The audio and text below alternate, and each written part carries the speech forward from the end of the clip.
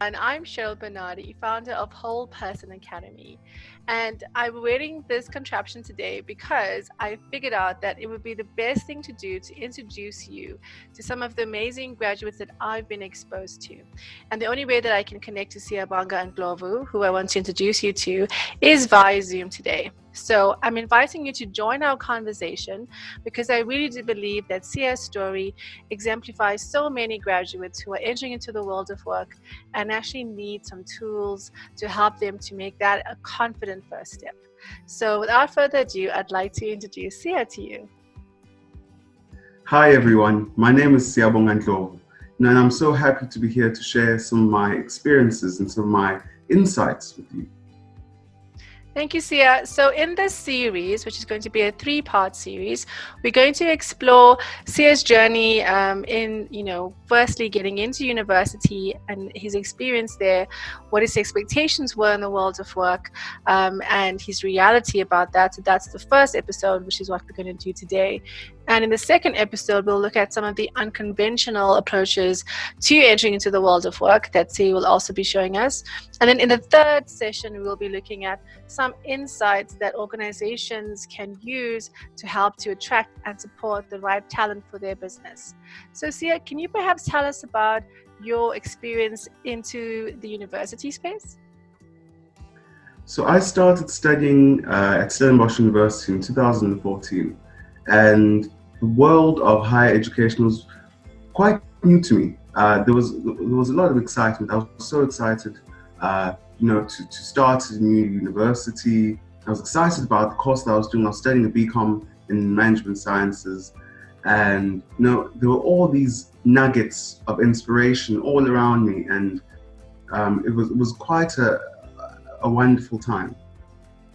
So I met Sia at a donor event, and he was one of the lucky recipients to get a full scholarship, so having all his expenses covered. And when we started talking, he had great ideas about starting a business, and he was very clear about the kind of work that he wanted to do. But actually, I kind of lost touch with him after graduation, and he was not in a good place. So Sia, can you maybe tell us a bit about that aspect of post-graduation? Firstly, maybe what was your expectations of getting a job, and what was the reality that you faced? So after, it was around about time when I was graduating, I was starting to look for a job, but I think I was still idealistic about the world of work and the type of job or jobs that I would be doing, the type of work that I'd be doing, and that influenced a lot of, I guess, the plan, because I didn't really have a plan in looking for work, and I didn't have a strategy, and it obviously influenced the way I was starting to look for work and the way I started to perceive work. And along the way, I saw that I wasn't getting work and I wasn't getting a job, and I was quite discouraged. There was a time in my life where I was really depressed, and because I worked so hard to get this degree, and right when I'm finished, I think, oh, I'm going to get this nice, great job, and it doesn't happen.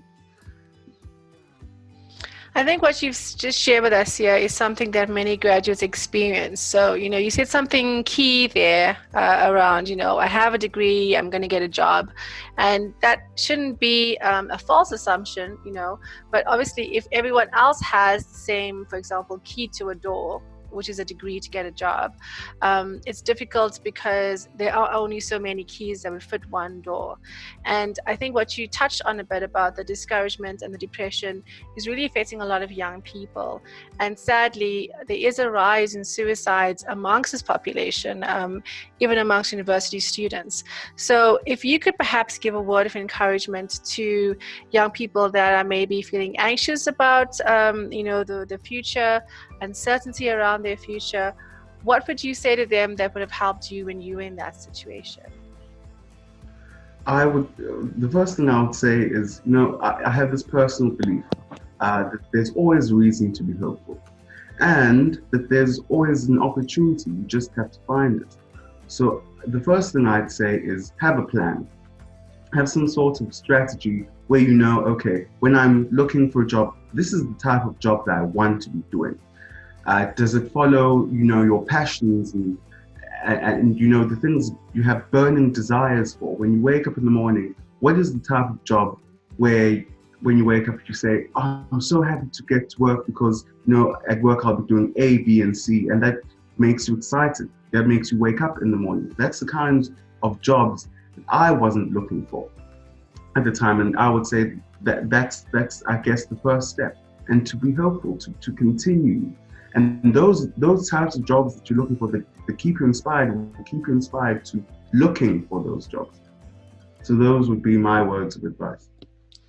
So I know that Siya is saying this with confidence because he's had some coaching and mentoring since that time to help him to find that insight. And that is some of the work that Whole Person does as well, Whole Person Academy does with young people, because unless we have a vision for our lives and understand why we want to be working, what kind of work will energize us, unless, like what Siya said, we have a plan, it's very difficult for us to just go out of the university gates with this high hopes on our shoulders and the responsibility that we feel from our community who supported us, and then to face the reality of the world of work, which is very competitive, very challenging, very difficult to get in. You have to differentiate yourself in the market.